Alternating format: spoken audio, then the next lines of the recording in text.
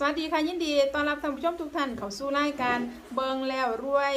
ชาแนลค่ะพี่น้องค่ะมาพบมาพอกันกันไว้ในเสาร์ของมือวันที่21นะคะเดือนกรกฎาคมนะคะปีพุทธศักราช2569นะคะพี่น้องค่ะมื้อนี้ค่ะไอ้พ่อพี่น้องบ้านเฮาสุขุมสุขนะคะมาติดตามรับชมรับฟังแนวทางนะคะจากปูปลาซาหวยค้าแข่งค่ะพี่น้องค่ะสำหรับคลิปนี้นะคะเป็นแนวทางขามโค้งพี่น้องค่ะมื้อว่านนี่ก็พากันได้เฮ่เนาะพี่น้องเนาะ90ตรงๆเลยค่ะพี่น้องค่ะได้เฮ่นะคะพี่น้องค่ะมื้อว่านนี่นะคะมื้อนี้นะคะปูเรามีแนวทางมาฝากแล้วพี่น้องคะขามโค้งเสาร์นี้ของปูปลาซาหวยค้าแข่งปูวัดกูแก้วนะคะสิได้ว่าเป็นตัวไหนพี่น้องมาติดตามรับชมรับฟังคลิปนี้พร้อมๆกันค่ะนมัสการค่ะเจริญพรญาติโยม สาธุชนคนใจดีใจบุญทุกคู่ทุกคนเด้อค่ะปูวันนี้วันอย่างวันอังคารวันอังคารแมนค่ะปูคะวันอังคารที่21เนาะลาพัฒนามีทุกมือมีคือเก่าหลวงปู่เพิ่งกลับจากจังหวัดกำแพงเพชรวัดกุแก้วเด้อหลวงปู่อยู่วัดกุแก้วเพิ่นเป็นคนเฮ็ดเลขเล่าพัฒนาเลขไงเพิ่นก็เฮ็ดคือกันนั่นล่ะค่ะแต่ว่ามาฮอดกลับมาฮอดนี่ไปแต่เช้าพุ่นล่ะพอดีทำบัตรแล้วตีห้าครึ่งก็แจ้งก็เลยไปกำแพงเพชรครับร้านสาคูไทยธานีหวยขายแช่ก็ห่างกัน130กิโลค่ะไปกลับกับ260กิโลไปกับคนขับรถนี่ล่ะพอดีไปนั่งเพิ่นเฮ็ดกับเพิ่นก็เริ่มเฮ็ดตั้งตีห้าครึ่งแต่ว่าเพิ่นก็ถ่ายอยู่ไปฮอดปึ๊บเพิ่นไปเฮ็ดแล้วกลับมานี่ล่ะมาฮอดวัดแล้วฮอดปูปาตาแล้วฮอดวัดแล้วเด้อก็ขอบคุณหลายๆญาติโยมทุกผู้ทุกคนซอยสิบวชนาควันที่25นี่ก็มีโยมแม่อยู่แถววงแหวนแถวประเวศก็ซอยมาแล้วก็โยมแม่ที่อยู่วัดจรพลสายไหมขาดบ่ได้ก่อนหมู่เลยน่ะค่ะโอนหลายพร้อมโอนมาให้หลายพร้อมเพิ่นมาเฮ็ดบุญนะโยมแม่อยู่แขวงถนนวัชรพลสายไหมน่ะหมู่บ้านนี่หยังบ่จำบ่ได้นะค่ะก็เข้าลาวเลยเนาะมื้อนี้เนาะจ้าก็อยากเว้าให้มันได้เวลาจักหน่อยเพราะว่าเนื่องจากว่าหลวงปู่เพิ่งมาฮอดพอดีก็เลยมาวางแผนกันนี่ล่ะมื้ออื่นกันสิไปซื้อของบวชถ้าแม่นมื้อแลงหรือว่าขันโยมซอยมาอีกก็มีคนซอยมาอยู่ดอกมีนิดๆน้อยๆอยู่ดอกคนละ500คนละ1,000อยู่ดอกแต่ว่ายังบ่ได้ครบมันก็ได้เงิน5,000นึงก็คิดว่าเงิน8,500บวชนี่8,500ในต้นทุนแต่ละองค์นี่นะจ้า8,500บ่เกี่ยวกับรถแห่รถซิ่งรถที่เขาเจ้าฟ้อนนั่นเขาเจ้าจ้างอันต่างหากเด้ส้มผู้หญิงแม่บ้านเขาเจ้ามักม่วนออกคนละ200จังซี่พากันจ้างว่าฟ้อนน่ะนะเขาเจ้ามักม่วนเนาะเอาบัดนี้เลขเด้อมื้อนี้เพิ่นก็ตีได้ว่ามันสิเป็น256ล่ะหรือว่า296กันนะค่ะโยมน้อยตีเป็นหยังเบิ่งแล้วตีเป็นหยังเราเอาก็ปิดตรงๆก็คือพุ่นแล้ว256เป็นว่า296หรือว่า256กันนะค่ะผู้ค่ะพวกเพิ่นเฮ็ดน่ะเพิ่นว่าถูกบ่ถูกหรือว่าผิดบ่ผิดก็เอาทางนี้บ่ต้องปิ้นขึ้นเป็นว่า256หรือว่า296ค่ะนะ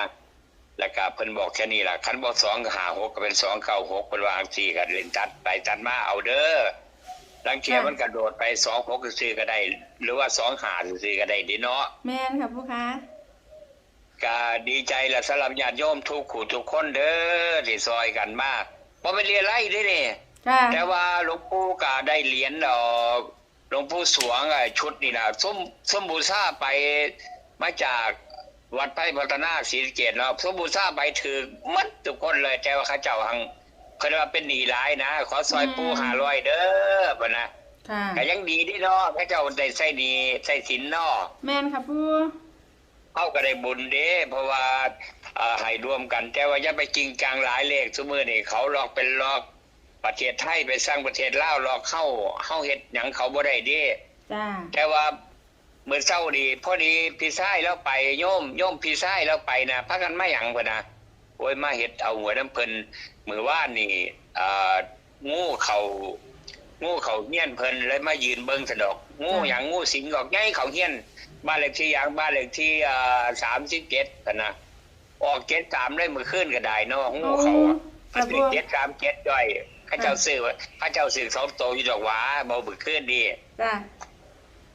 ก็ได้โจมเลย ปู ก็ คะ ขอให้ฮักกันไว้เด้ออันใดก็ นกมีบ่คะ นกมันบ่ได้อยู่แม่นมาไป ไปแต่เช้า ไปดอกเมื่อยหลีได้นั่งรถยม130โลไปครับก็260แต่ว่าไปนี่ไปเบิ่งผลิตไปกำลังใจเพิ่นเอาเงินไปถวายเพิ่นละพร้อมละไปเพราะว่าถวายครูเพิ่นน่ะเพิ่นก็มีครูไปค่าย 2,900 เอาเงินไปถวายเพิ่นพร้อมละ2,900นัดละ2,900ถวายเพิ่นนะ ค่ะ คนขับรถมันก็ได้แน่ธรรมดาก็บ่ได้หลายดอกเพราะว่าบ่มีเงินซื้อหลายก็นกนี่มื้อยังว่ากันเด้อเพราะว่ามื้อนี้ได้เพิ่งกลับมาจากพุ่นเพราะว่านกมันมาห้องตอนใส่บาตรใจว่าได้ยินพระเพิ่นบอกอยู่ดอกพระเพิ่นบอกอยู่ดอกมันห้องน่ะเพิ่นบอกอยู่บนว่ามันห้องอยู่ดอกมันห้องว่า36ก็ได้ใจว่าบ่ได้ยินกับครูนะ โอ้ค่ะค่ะปู มันห้อง36อยู่พระเจ้าว่าบ่ได้ยินกับหูกับบ่เชื่อเล่าปานใดดอกต้องฟังกับหูเฮาจังสิเชื่อได้เนาะ จ้ะปู ก็ได้ชมนี่ก็ได้6นาทีกว่าแล้วขออำนวยพรให้ญาติโยมทุกผู้ทุกคนภาษามือละค่ำก็คือเก่าล่ะนะยามจนมีแต่คนเว้าใส่ยามใดสิไปใส่หลวงตายามบอกหวยถูกหลวงตาสิไปใส่ขอเบอร์เลขบัญชีแน่ บ่ต้องซีเรียสโยมบ่ม่วนเด้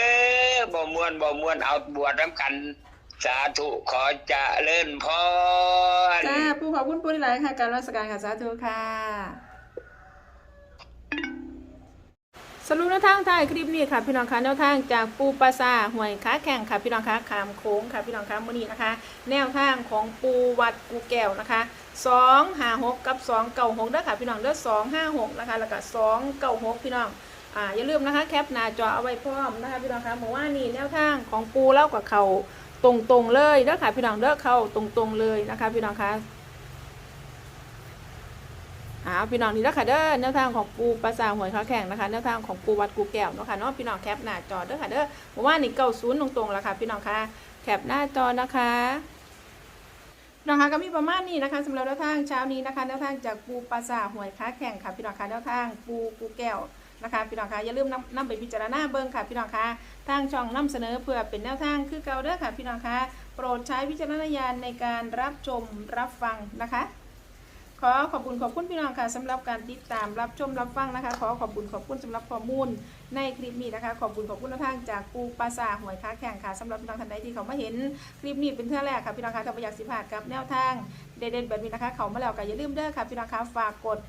ติดตามนะคะกดไลค์กดแชร์นะคะกดกระดิ่งแจ้งเตือนทั้งหมดนะคะเพื่อที่จะได้บ่พลาดทุกคลิปทุกข่าวสารแนวทางจากทางรายการนะคะพี่น้องคะเอาสำหรับคลิปนี้นะคะพี่น้องคะแนวทางจากปูปลาซาหวยค้าแข่งค่ะแนวทางขามโค้งเสาร์นี้มีเพียงซ้ำนี้นะคะเอกสิได้ขอตัวลาพี่น้องมาเท่าสุขุสุขคนไปก่อนนะคะเอาไว้พอกันไม่ก็ไม่ได้คลิปหน้าค่ะพี่น้องคะสำหรับคลิปนี้สวัสดีค่ะ